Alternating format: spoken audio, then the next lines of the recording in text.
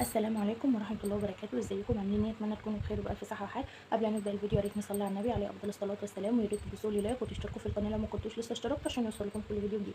فيديو النهارده مهم جدا جدا جدا في الفترة اللي احنا فيها دي. طبعا كلنا عارفين ان خلاص كلها شهر وكام يوم او المدارس هتبدأ وداخلة، والناس متوترة. الناس طبعا اللي متعودة، اللي كان عندها اطفال وكده وفي المدرسه وداخل لها طفل جديد او بيتنقلوا من سنه لسنه، فده عادي بالنسبه لهم، يعني متعودين عليه وكده، في ضغط شويه وهكذا. بس لعل وعسى معلومه تفيدك من الفيديو اللي انا هعمله، اللي انا بقوله يعني.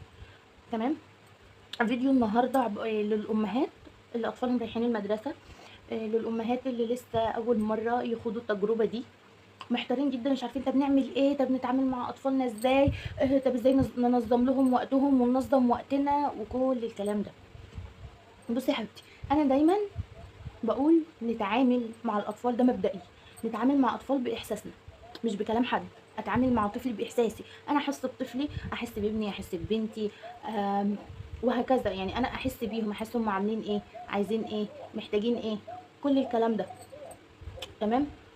فانت تحسي بقى هو عايز ايه، محتاج ايه، مرتاح للاكل ده ولا لا، مرتاح للوقت اللي انت بتذاكري له فيه ولا انت ضغطاه، طب هل هو المفروض يعمل ايه. هقول لك كل ده في الفيديو. تمام. بصي يا ست الكل، الموضوع بسيط، مش محتاج كل القلق ده. تمام. يعني انا بتكلم في الموضوع لان انا عندي الشخصيه دي حاليا في حياتي، حد مقرب مني لسه طفلها رايح المدرسه اول مره، ف توتر بقى ومش عارفه هعمل ايه وهتعامل ازاي وكل الكلام ده. فقلت هعمل الفيديو لعل وعسى يكون في امهات تانية يعني ايه، وهكذا. فانت المفروض تتعاملي مع طفلك بالاحساس ازاي. يعني مثلا انت هتقومي، يعني مثلا خلي ترتيب يومك كده. تمام. هتصحي الصبح، هتعملي لاطفالك اللانش بوكس بتاعهم، توديهم المدارس. طب لا ده احنا هنحضر الشنطه، لا انت المفروض الحاجات دي تبقي مجهزاها من بالليل. فانا مش هبدا معاكي من الصبح، انا هبدا معاكي مثلا من الظهر. تمام. بصي يا ست الكل، انت طفلك جه من المدرسه خلاص، هو جه. تمام حبيبي، نقابله بابتسامه حلوه، بحضن جميل، انت عامل ايه، طب تعالى، الحمد لله على السلامه، وهكذا. لازم المقابله الحلوه دي. تمام. تمام. اغير له هدومه، وانا بغير له بقى، طب انت عملت ايه النهارده، طب حد ضايقك النهارده، طب في حاجه زعلتك النهارده، طب في ايه في حاجه بسطتك النهارده، طب انت مبسوط من ايه اكتر حاجه من المدرسه، وهكذا. الاسئله دي لازم تساليها لطفل كل يوم، عشان خاطر لو كان حد مضايقه او حد عامل له ازعاج في المدرسه تعرفي تتصرفي، لازم. تمام. وبرده تعرفي الحاجه اللي بسطته ايه، ده انا اتبسطت مثلا من زميلي عشان انا وهو عملنا كذا، ده المس اتبسطت مني علشان خاطر انا جبت الدرجه النهائيه والكتابه بتاعتي كانت حلوه. تساليه. تمام. بتساليه ايه اكتر مدرس بيحبه، ايه اكتر ميس بيحبها، وهكذا. تمام. هتغيري له وهتقعدي وتديه شاور كده لو احنا في الصيف طبعا، يعني هو هيبدا الدراسه في اول في الاول، يعني ايه، شاور خفيف كده علشان خاطر العرق والبهدلة وهدة المدرسه طول النهار وهكذا. طبعا احنا في الشتاء، لا هتغيري له هدومه بس. تمام. وهتقعدي، هتغدي، لازم تغديه، لازم تشوفي لو هو ما كلش مش اول ما تقابليه بقى تقومي جايه له انت ما كلتش السندوتشات، انت ما خلصتش اللانش بوكس، انت مش عارفه ايه، انت لا، من قبله بابتسامه حلوه وظريفه خالص. تمام. هتغديه. لو انت مثلا جوزك هيجي بعد العصر فالمسافه صغيره، اعملي حاجه خفيفه لطفل. لو هو جعان لازم تغديه طبعا، لان انت مش هتحكميه، لان دي ظروف ودي ظروف. قال لك هنستنى بابا وناكل معاه، خلاص مفيش اي مشكله. تمام. طبعا لو هو عنده درس بعد المدرسة على طول هيروح الدرس. تمام. ويجي تبدأي ده تغيري له وتغديه وهكذا.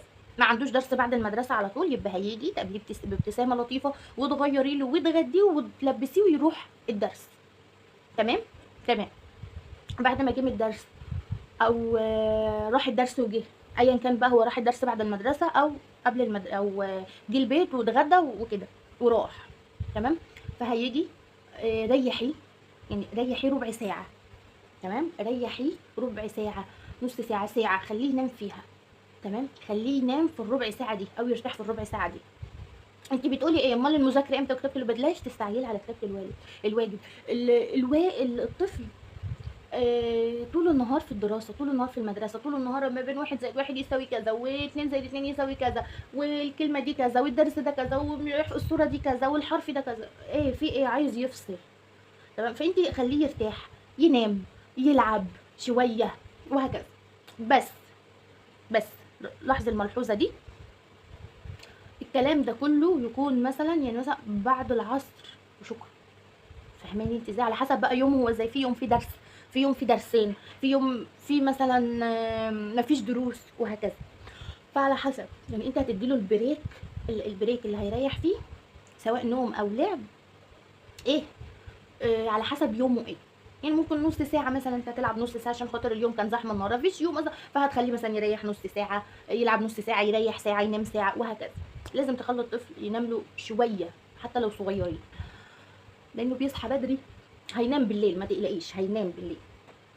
تمام تمام. اخرك بعد العصر بحاجه قد كده، يعني لما العصر يأذن اخرك يعني انت تظبطي اللي انا بقولك عليه ده في المسافه اللي ما بين رجعه الطفل من الحضانه من المدرسه والعصر.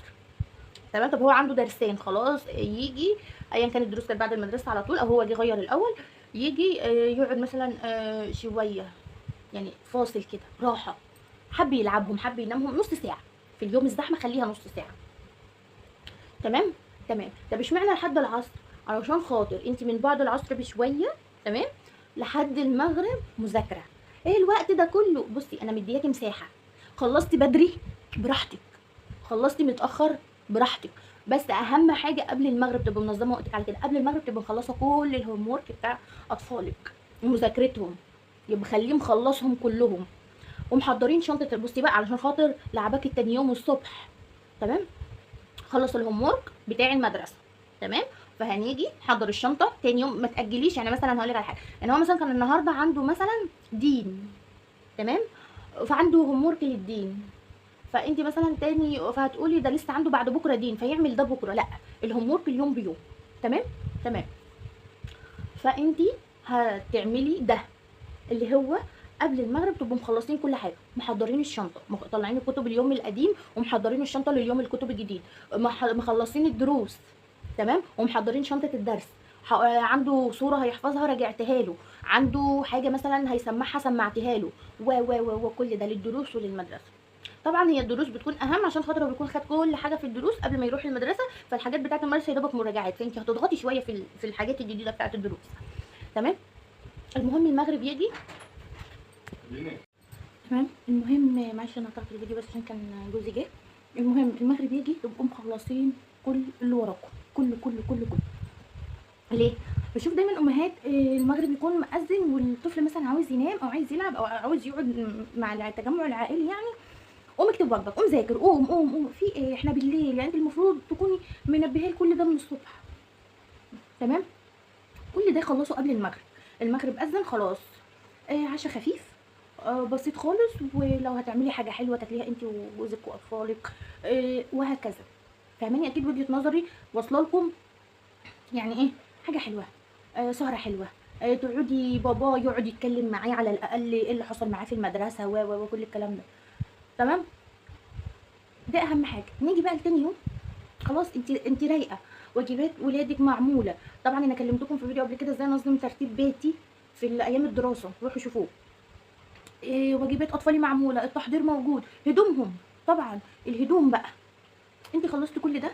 المفروض انت تكوني حطيتي الهدوم في الغساله تتغسل، لو هم عندهم غيارين فخلاص انت في الامان، هتلبسي الغيار النظيف تاني يوم والغيار التاني هيتنشر ويبقى يلبسوا بعده، وهكذا. ما توديش اطفالك بنفس الغيار كل يوم كل يوم كل يوم، ده غلط. تمام تمام. فانا كل حاجه تمام، واطلع كل حاجه واجهز كل حاجه، حتى حاجه اللانش بوكس لو في اي حاجه مثلا هتطلع تفك، مثلا حاجه من الفريزر، مخبوزات، كرواسون، حاجات من دي، بتاعي حاجات من دي اطلعها تفك وتهدى، وايا كان انت طريقتك ازاي. تمام. تاني يوم الصبح بقى هيبقى العمل بسيط. الاطفال انك طبعا هو في سنه، هيكون في سنه اولى ابتدائي، فالمفروض يعني انت معوداه ومعرفاه يلبس لوحده ازاي، هو يلبس يظبط، وانت تيجي تحطي التاتش الاخير بتاعك اللي هو تعدلي له هدومه وتظبطيها له وتحضري اللانش بوكس وخلاص. فالعمل خف عليكي شويه والتوتر خف عليكي شويه وانت قاعده من المغرب رايقه. فاهماني؟ احسن ما تيجي العشاء وبعد العشاء ولحد الساعه، معلش انت طفلك المفروض ينام الساعه 10، معلش يعني عشان ينام وياخد كفايته من النوم وجسمه يرتاح. تمام. اتمنى يكون الفيديو فادك واستمتعت منه. مشي مع اطفالك طفلك الجديد على النظام ده، صدقيني هترتاحي جدا جدا جدا، وانت عامله له تنظيم لوقته. تمام تمام. طبعا مش عايزه اقول لك ان انت معاكي بعد المغرب يلعب براحته ويتفرج على الشاشه معاكم براحته. لو مثلا مسموح ان هو ياخد تليفون ياخده مثلا نص ساعه وهكذا، ده من المغرب بقى لحد ميعاد النوم بتاعه. تمام، كل الكلام ده. وطبعا مش محتاجه اكيد، يعني احنا كلنا عاملين قبل ما الطفل ينام نبقى طبعا مغيرين له وملبسينه لبس النوم و علشان خاطر ومهيئينه للنوم، ده من البيبيهات اصلا. تمام. لو انت معاكي طفل داخل الدراسه ومعاكي طفل رضيع بيبي وما انتش عارفه تظبطي نومك، استنيني في الفيديو اللي جاي اقول لك تظبطي نومك ازاي. تمام، اشوفكم على الف خير في الفيديو اللي جاي، مع الف سلامه.